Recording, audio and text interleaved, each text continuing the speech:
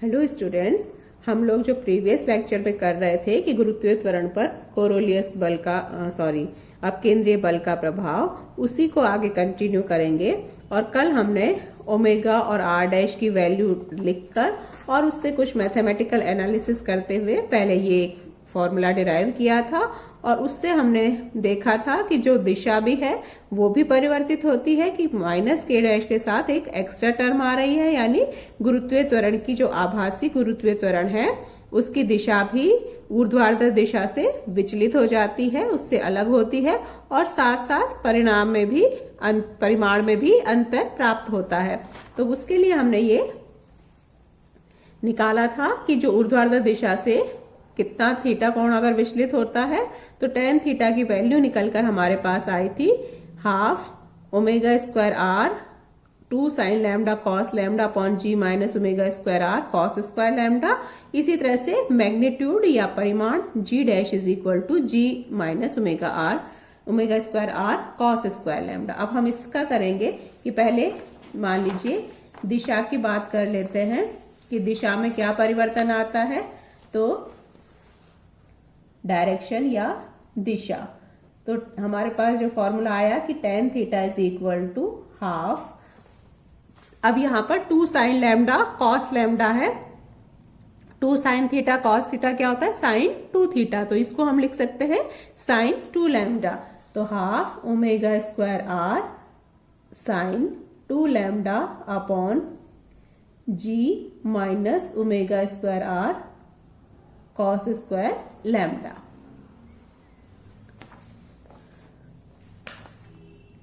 अब हम कुछ स्पेसिफिक उन्हीं पर निकालेंगे। साथ ही साथ अब हम क्या करेंगे कि नीचे जो टर्म्स है वो जी की तुलना में ये माइनस जो टर्म हो रही है ओमेगा, फिर से वही ओमेगा स्क्वायर आ रहा है तो ओमेगा स्क्वायर बहुत छोटा होगा, 10⁻⁻⁸ पे चला जाएगा, तो उसको जी की तुलना में नगण्य मान लेते हैं और tan थीटा को लगभग हम लिख सकते हैं half omega square R sine 2 lambda upon G. तो अब अलग अलग उस पे देखते हैं, जैसे भूमध्य रेखा पर या इक्वेटर पर। तो भूमध्य रेखीय स्थान पर यानी हमने जो पिंड लिया है अगर वो भूमध्य रेखीय या इक्वेटर पर स्थित है तब लैम्डा की वैल्यू वहां पर होती है इक्वेटर पर 0 डिग्री। तो साइन 0 डिग्री 0 के बराबर होता है, तो साइन 2 लैम्डा है वो 0 हो जाएगा, तो यानी ये वैल्यू है वो 0 हो जाएगी। तो tan थीटा की वैल्यू 0 हो जाएगी। और tan थीटा 0 कब होता है, जबकि थीटा 0 हो, यानी विचलन नहीं होगा, यानी अर्थात भूमध्य रेखीय स्थानों पर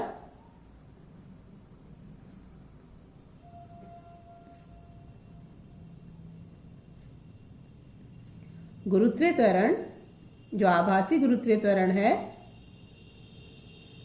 की दिशा वो परिवर्तित नहीं होती, किसी भी तरीके से चेंज नहीं आता उसमें, या ऊर्ध्वाधर नीचे की ओर ही रहती है। ठीक है, दूसरा केस मान लीजिए हम ले लेते हैं ध्रुवों पर या पोल्स पर। तो ध्रुवों पर देखें तो sine plus theta sine minus theta एक ही बराबर हो, माइनस का अंतर होगा, बाकी उसी तरह से हो जाएगा। तो tan लैम्डा की वैल्यू 90 डिग्री, तो साइन 180 डिग्री, तो साइन 180 डिग्री भी फिर से 0 के बराबर हो जाएगा। तो उस समय भी tan थीटा 0 ही मिलेगा, यानी थीटा की वैल्यू है वो भी 0, यानी भूमध्य रेखा पर भी परिवर्तन नहीं, ध्रुवों पर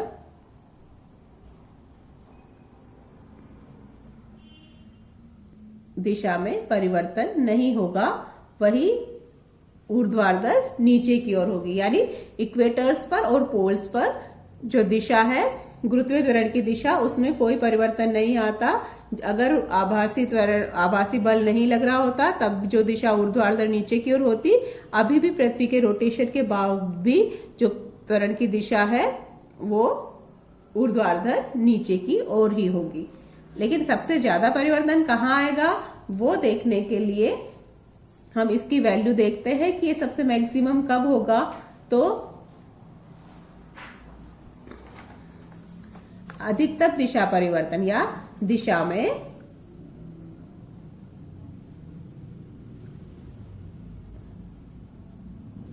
अधिकतम परिवर्तन, बाकी चीजें यानी tan थीटा जो है वो मैक्सिमम चेंज जब होगा, वो बाकी चीजें तो ऐसे ही है, ओमेगा स्क्वायर आर ये सब कांस्टेंट है, साइन 2 लैम्डा इसकी वैल्यू अधिकतम हो, इसकी वैल्यू अधिकतम होगी तभी tan थीटा में जो परिवर्तन होगा यानी थीटा में वो अधिकतम होगा।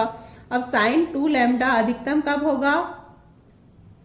अधिकतम वैल्यू जो होती है वो साइन थीटा कॉस थीटा इनकी अधिकतम वैल्यू 1 हो सकती है, और वो कब होती है? जबकि 90 डिग्री हो। साइन 90 डिग्री 1 के बराबर होता है। इसका मतलब हुआ कि 2 लैम्डा है वो 90 डिग्री हो, यानी लैम्डा की वैल्यू 45 डिग्री हो, अर्थात 45 डिग्री अक्षांशीय स्थानों पर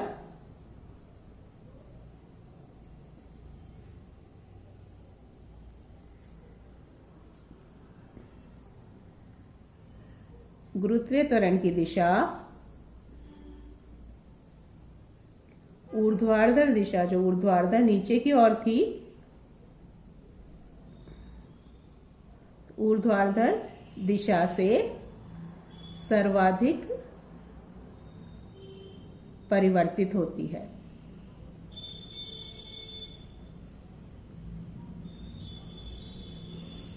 और ये परिवर्तन थीटा है, तो tan थीटा उस केस में क्या हो जाएगा? Half omega square R upon G.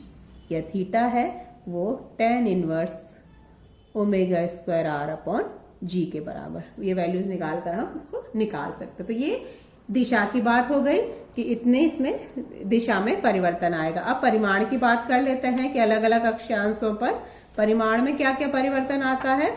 तो उसके लिए जो हमने मैग्नीट्यूड निकाला था उसकी बात करेंगे कि मैग्नीट्यूड हमारे पास निकल के आया था परिमाण में, कि परिमाण में अक्षांश क्योंकि लैम्डा पर डिपेंड कर रहा है इसलिए, तो G dash is equal to G minus omega square R cos square lambda. तो यहाँ भी लैम्डा पर डिपेंडेंस है, इसलिए अलग अलग लैम्डा की वैल्यूज पर गुरुत्वीय त्वरण के परिमाण में अधिक अलग अलग परिवर्तन आएगा। तो वही केस ले लेते हैं हम कि भूमध्य रेखीय स्थानों पर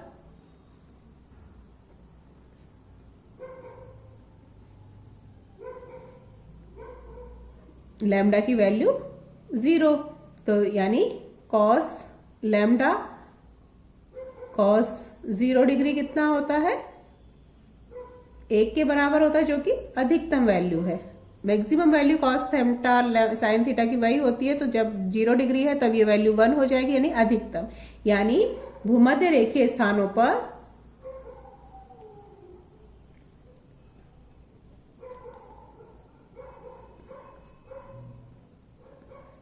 परिमाण में सबसे कमी होगी, क्योंकि माइनस हो रहा है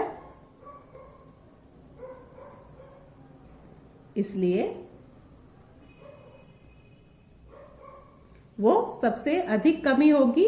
और वो कमी कितनी होगी कि G minus G dash omega square R के बराबर होगा। ओमेगा स्क्वायर आर के बराबर भूमध्य रेखीय स्थानों पर परिवर्तन आएगा, या G dash is equal to G minus omega square are,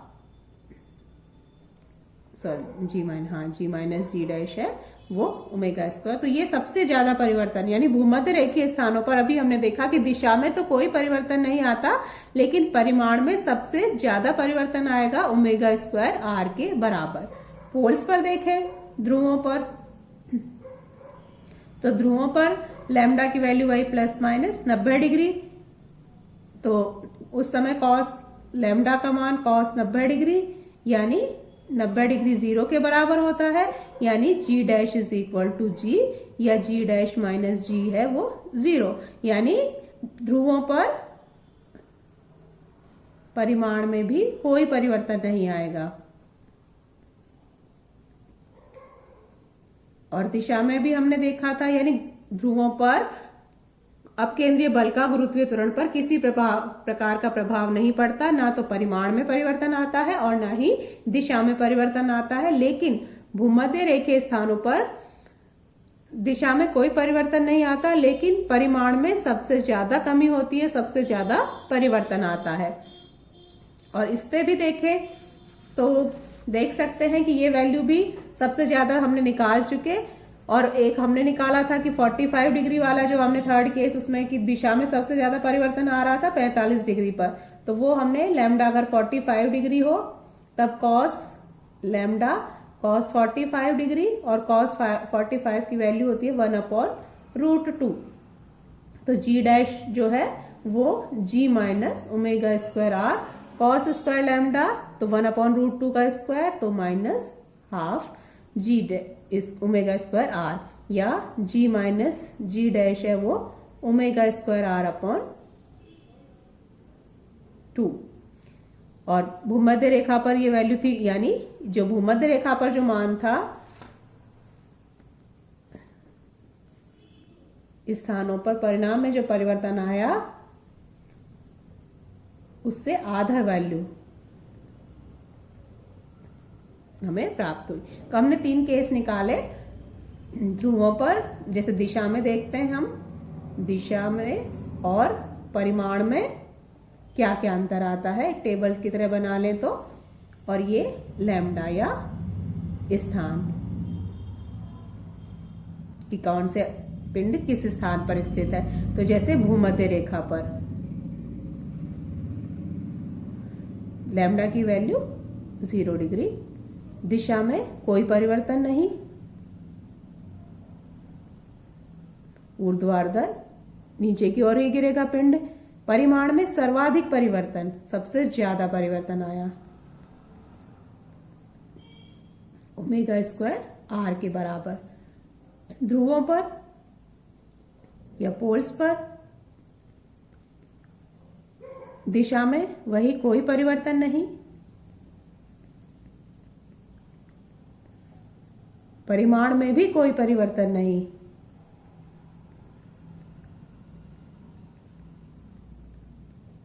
तो ध्रुवों पर कोरोलियस बल का कोई अपकेंद्रीय बल का कोई प्रभाव नहीं पड़ता।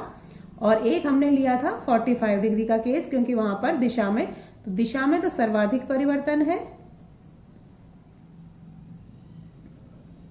और परिमाण में जो परिवर्तन है वो हाफ ओमेगा स्क्वायर आर के बराबर। तो इस तरह से पृथ्वी के घूर्णन के कारण से पिंड पर कोरोलियस बल और अपकेंद्रीय बल कार्य करते हैं, जिनका प्रभाव हमने अलग अलग केसेस में देखा। आज अपकेंद्रीय बल का प्रभाव देखा तो हमने पाया कि घूर्णन के कारण उसके परिमाण में भी परिवर्तन आता है या मैग्नीट्यूड में भी परिवर्तन आता है और दिशा में भी परिवर्तन आता है। लेकिन ये जो परिवर्तन है वो लैम्डा पर डिपेंड करेगा या पिंड किस अक्षांश में स्थित है उस पर डिपेंड करता है। इसके हमने अलग अलग केसेस देखे। तो ये टॉपिक यहाँ खत्म होता है। नेक्स्ट टॉपिक हम अगले टर्न पे करेंगे।